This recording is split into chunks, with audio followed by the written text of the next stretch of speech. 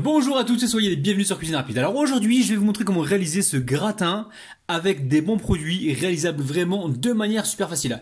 Alors si vous voulez tout juste arriver sur la chaîne Cuisine Rapide et que vous n'êtes pas encore abonné, je vous invite à le faire en cliquant sur le petit bouton qui vous attend juste en bas de la vidéo, c'est marqué en rouge s'abonner. Cliquez dessus, c'est entièrement gratuit et en plus, vous allez apprendre énormément de choses. On part en cuisine, c'est parti. Alors là, j'ai mis un petit peu d'huile. Je mets donc les deux oignons que j'ai coupés en petits morceaux et le poivron rouge.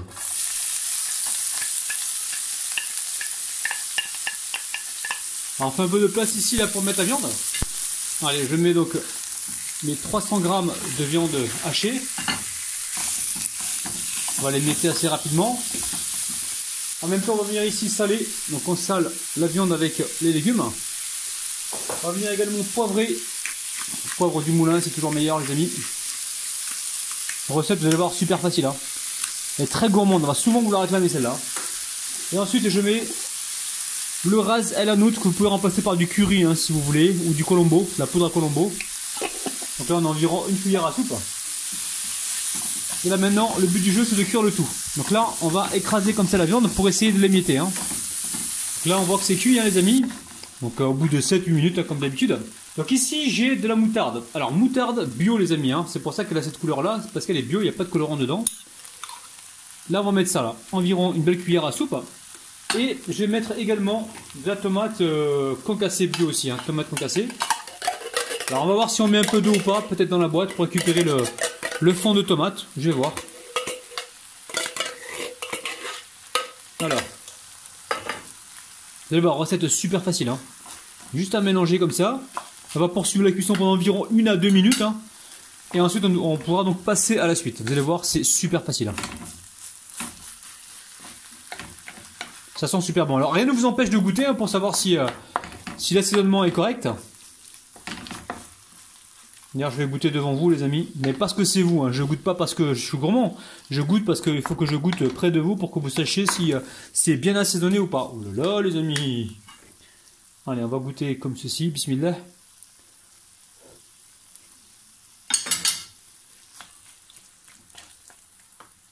Bon les amis c'est de la folie. Oh là là là là. Allez. J'éteins le feu, on passe à la suite. Alors ici nous allons préparer notre petite préparation donc au fromage. Ici j'ai de la brousse fromage corse, je ne sais pas si vous connaissez. Donc là je goûte, c'est pas salé pour moi. C'est super bon. Enfin c'est légèrement salé, pas trop. Donc là je vais venir assaisonner avec du poivre. Vous allez voir, recette super facile. Alors si vous n'avez pas de brousse les amis, vous prenez ce que vous avez dans les frigos. Là j'ai du fromage de noix qui me restait, donc ça va pourrir dans quelques jours. Donc je préfère le passer que de le laisser pourrir au frigo. Si vous avez de la vache qui rit, du fromage à tartiner Saint-Moré ou quoi, vous le passez, il n'y a pas de problème les amis. Ensuite ici je vais juste assaisonner avec un petit peu de sel, vu que la brousse elle n'est pas trop salée. Une fois que c'est fait, on rajoute ici le citron.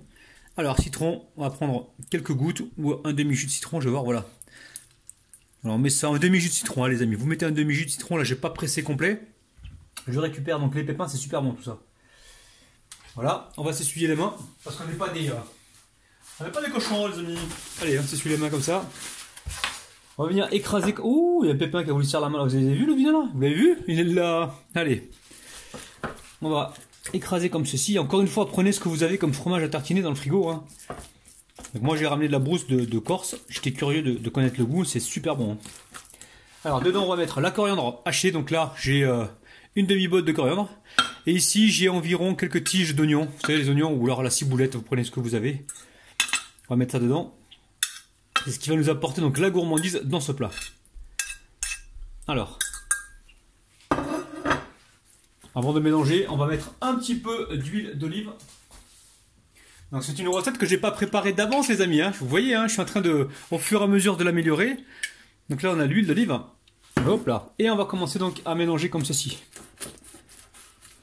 Ça sent bon. Alors ici j'ai des pommes de terre que j'ai cuit à l'eau avec un petit peu de sel pendant environ 20 à 25 minutes. D'accord.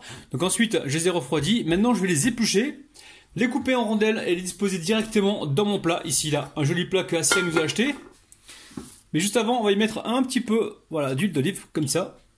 Donc j'épluche les pommes de terre, je les coupe en rondelles et on se retrouve tout de suite.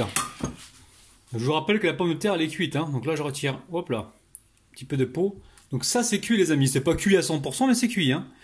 Donc là, on va se faire des petites rondelles. On va les déposer comme ça sur le plat. Et on va diviser donc ces pommes de terre en deux. Une couche pour le dessous et une couche pour le dessus. Donc là, je vais continuer tout de suite. Donc en fait, alors, je les ai pas cuits moi 25 minutes les amis, les pommes de terre, un peu moins. Elles sont cuites les amis. Elles sont encore légèrement fermes, pas beaucoup, hein. Mais elles finiront de cuire dans le four pour avoir une belle texture. Allez, on se retrouve tout de suite. Donc là, je viens de couper la première moitié. L'autre moitié est là, je la couperai tout à l'heure. Donc très simple, on va venir poivrer. Pas besoin de saler puisque la préparation elle est déjà salée, hein. Elle va saler donc les pommes de terre. Donc on a mis un petit peu d'huile au fond, donc pas plus de gras que ça. Ensuite, très très simple. Ici, j'ai ma préparation à base de bœuf. Et je vais venir en mettre par-ci par-là. Vous voyez bien les amis ce que je fais. J'en mets un peu partout. Comme ça, c'est plus facile tout à l'heure à étaler. Si je mets tout au centre, je vais galérer pour étaler. Vous allez voir, c'est recette de dingue. Super facile à réaliser. Pas trop grasse les amis, hein, parce que les pommes de terre elles sont cuites à l'eau.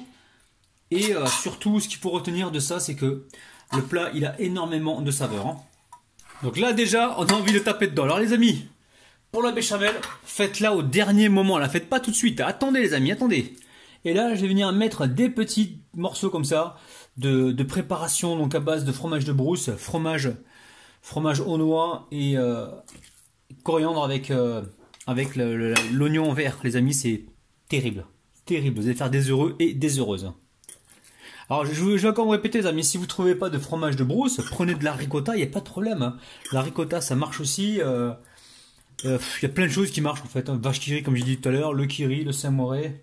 C'est vous qui voyez. Des fois, il y a d'autres marques que l'on connaît pas forcément. Et tentez-les, les amis. Donc là, on met tout ça ici. Ça sent super bon. Ouais, je récupère la cuillère. J'ai envie de me tartiner ça sur un morceau de pain complet. Je vous raconte pas, les amis. Allez. Je vais continuer de d'éplucher les pommes de terre. Je vais disposer dessus et on se retrouve tout de suite. Hein. Allez, je vous remontre les amis, hein, pour ceux qui n'ont pas vu ou qui ont avancé la vidéo. Donc là, il me reste des pommes de terre, hein, j'ai mis la moitié. L'autre moitié, je viens la mettre ici. Alors n'hésite pas, hop, on met sur le fromage aussi hein, également. Voilà, et on met les pommes de terre dessus. C'est tout simple comme recette, mais ça fait son effet les amis, hein, je vous le garantis. Alors, mets le plat de côté. Ici, on va préparer la béchamel, c'est super facile. Donc là, j'ai de la farine, 30 grammes. J'ai 300 grammes de lait, donc lait froid. Je vais venir mélanger rapidement. C'est super facile, vous allez voir. Une fois que c'est fait, on met le beurre fondu. Hop là, 30 grammes de beurre fondu. Je vais venir ici mettre un petit peu de poivre. On va venir saler aussi. Où est-ce que j'ai mis le sel? Le sel est là. Voilà, une petite pincée de sel. Hop là, pas trop. Et on va y mettre également du paprika. On va se faire aujourd'hui une béchamel au paprika. Alors, voilà, on va mettre l'équivalent d'une petite cuillère à café. On va mélanger et là je pars sur le feu pour cuire donc cette béchamel au paprika. Vous allez voir, recette de ouf. Alors on part sur le feu les amis. On fait attention et on cuit cette béchamel. Là le but du jeu c'est de la cuire. Dès que vous voyez les premières ébullitions arriver, on va compter environ 2 minutes de cuisson pour être sûr que la farine soit cuite. Donc pour l'instant on s'arrête pas de mélanger. On va bien partout, on fait attention sur les côtés de ne pas se faire avoir. Et on n'arrête surtout pas de mélanger. Alors la famille, regardez bien. Là on commence à voir les premières bulles. Là surtout on ne s'arrête pas de mélanger pendant environ 1 à 2 minutes. Il faut être sûr que la farine soit cuite les amis. Et une fois que ce sera cuit, on se retrouvera donc tout de suite sur le plan de travail pour la suite. Voilà, encore 1 minute, mais c'est bon. Alors vous préchauffez le four à 170 degrés. Et là moi je vais mettre ma béchamel comme ça petit à petit. Donc c'est important de le faire au dernier moment, sinon après elle va redurcir. Il va falloir la réchauffer pour la liquéfier.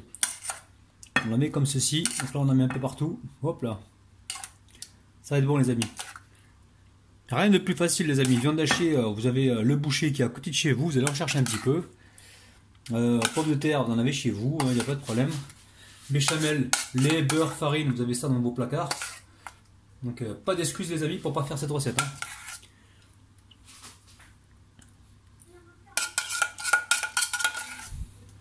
Donc là vous prenez votre maryse, hop là, et vous allez bien partout. Hein. Allez, on met un petit peu de fromage dessus là. Fromage râpé, moi c'est de l'emmental râpé que j'ai. Allez, on met ça comme ça. Et là le four, les amis, je vais encore me répéter, il est en train de préchauffer à 170 degrés. On est parti pour une cuisson. On va dire d'environ 20 minutes, 25 minutes. Il faut vraiment que ça colore dessus. A tout de suite. Alors là, ça sort du four. Alors, j'ai cuit ça, enfin j'ai fait gratiner à ma façon, hein, pas trop gratiner, juste un peu. J'ai remonté à 180, j'étais à 170 au départ, j'ai remonté à 180 et j'ai cuit ça environ 25 minutes les amis, il faudra toujours surveiller. Donc là j'attends un petit peu que ça tiédisse et ensuite on pourra donc voir un petit peu l'intérieur, ça sent vraiment super bon la famille. Hein. Alors mon gratin il a tiédi les amis, je vais vous montrer ça, regardez-moi ça, c'est bien crémeux, c'est un truc de dingue la famille, c'est un truc de dingue, regardez-moi ça. Ça donne juste envie les amis. Hein. Donc refaites la recette, faites-vous plaisir et franchement vous allez faire des heureux et des heureuses. Les amis, prenez soin de vous, bye bye. Là les amis, franchement je suis en train de me régaler. Franchement j'ai réalisé ce gratin avec des bons produits à l'intérieur. Vous allez franchement vous régaler les amis. La vidéo comme d'habitude sera prête dans quelques temps sur la chaîne YouTube. D'ici là prenez soin de votre petit palais et bye bye.